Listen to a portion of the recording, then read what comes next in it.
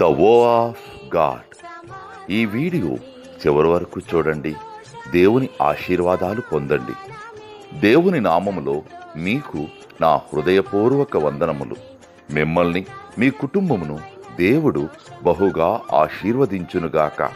ఈరోజు మీ రాకపోకలి యందు మీరు చేసే ప్రతి పనిలోనూ దేవుడు మీకు తోడుగా ఉండునుగాక. మీరు ఊహించిన అద్భుతాలు, ఆశ్చర్యకార్యాలు ఈరోజు మీ దేవుడు మీ జీవితంలో చేయునుగాక.